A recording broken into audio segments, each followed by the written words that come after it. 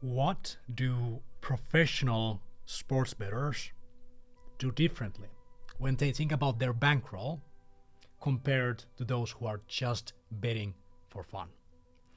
Those who are real pros, who are actually there to make a profit sustainably over the long term, think their bankroll as a business. For pros, a betting bankroll is a way to gain financial edge over a market. And in the context of betting, the market is either a house, like a soft bookmaker, like Bet365 or Unibet, ComboBet, or if you are really pro and you're betting on sharp bookmakers, well then it's other players who you are getting a mathematical edge on that will then turn to financial edge. So for pros, a betting bankroll it's just financial energy. And for amateurs, a betting bankroll is something you attach to. For amateurs, they don't even know exactly what they're doing and they're still extremely attached to the outcome. Pros are not attached to the outcome, especially in the short term. Yes, the outcome matters, but for a betting edge, let's call it 3%, let's call it 2%, for that to be realized in terms of money and sustainable profit, we need thousands and thousands of bets. So it doesn't matter what happens in 10 bets or even 100 bets, even 500 bets. The variance is still huge if we're talking about small margins, which betting is. It might be 2%, 3%. With rebel betting, it, by the way, has been consistently over 4%. So let's call, on average, you invest on a bet with rebel betting 100 euros. On average, you get around 104 euros back. That's significant. And the trick is it won't happen immediately. An amateur would think in the timeline of tens or some hundreds of bets, where a real pro who's here to actually make money thinks in terms of thousands of bets. Another thing that's different between amateurs and pros is that amateurs just use mental heuristics, emotional signals on what market to bet, how much to bet, when to bet. When pros have winning systems that they follow regardless of their emotional state. For example, a good strategy that here in Rebel Betting we advise when you're new to sports betting, it's advisable to keep your maximum stake 1% of your bankroll and not to have too high odds on the markets. So keep your maximum odds for a game that we bet something like 2.9, 2.8, and keep it 1% of your bankroll. So call it your bankroll is 2,000 euros. Then the maximum that we would bet is 20 euros per market. We are safe from variance when we have this strategy. And this strategy allows us to follow a winning system. We don't have to rely on how we're feeling, how we're thinking at the moment. We have a system that we follow. Another thing related here is the Kelly criterion. And if you're new to sports betting, this doesn't mean anything to you. You can just take it that 30% is a good number for Kelly. And that's what we have automatically in Rebel Betting. So Rebel Betting does this for you. You do not need to do any research or study sports betting capital management because we do it for you. We have proof, we have data of tens of millions of bets. And during those tens of millions of bets, Rebel Betting users have generated tens of millions of euros in profits. So we have a proof of what works, and we have done this as a preset for you. So you don't have to do anything yourself.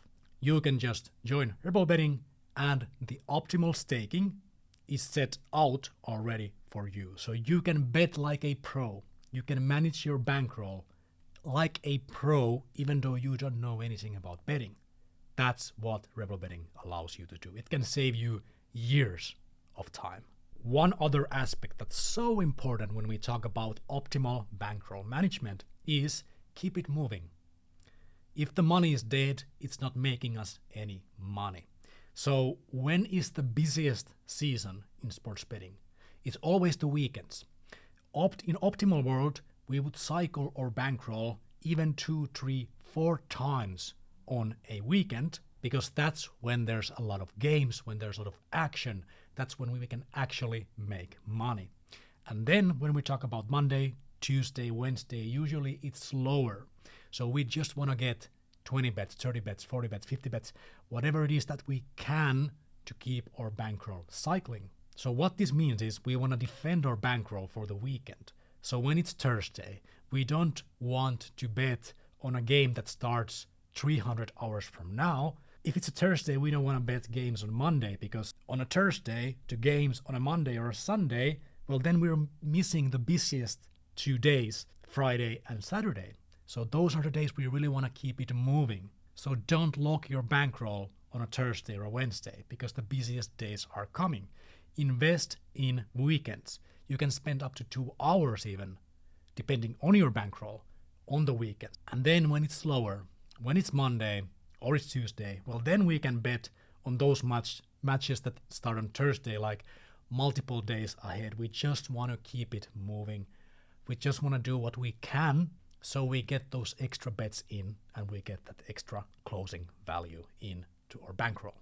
If you are still new to betting, you might have a really great chance to take advantage of first deposit bonuses, which means that if you are joining betting with something like 500 euros or 1,000 euros, it's possible you could actually double that when you take advantage of first deposit bonuses. So just make sure what you can use from your country, and this can actually make a really significant impact on your betting bankroll. Also use betting clones. So if you get limited in one site, well, usually there's many other sites you can join that have similar odds, just like Unibet has a betting clone of LeoVegas. If you get limited in one place, we don't want to hold or bankroll too much in there. Well, then we can move it to a place where we don't have those limitations.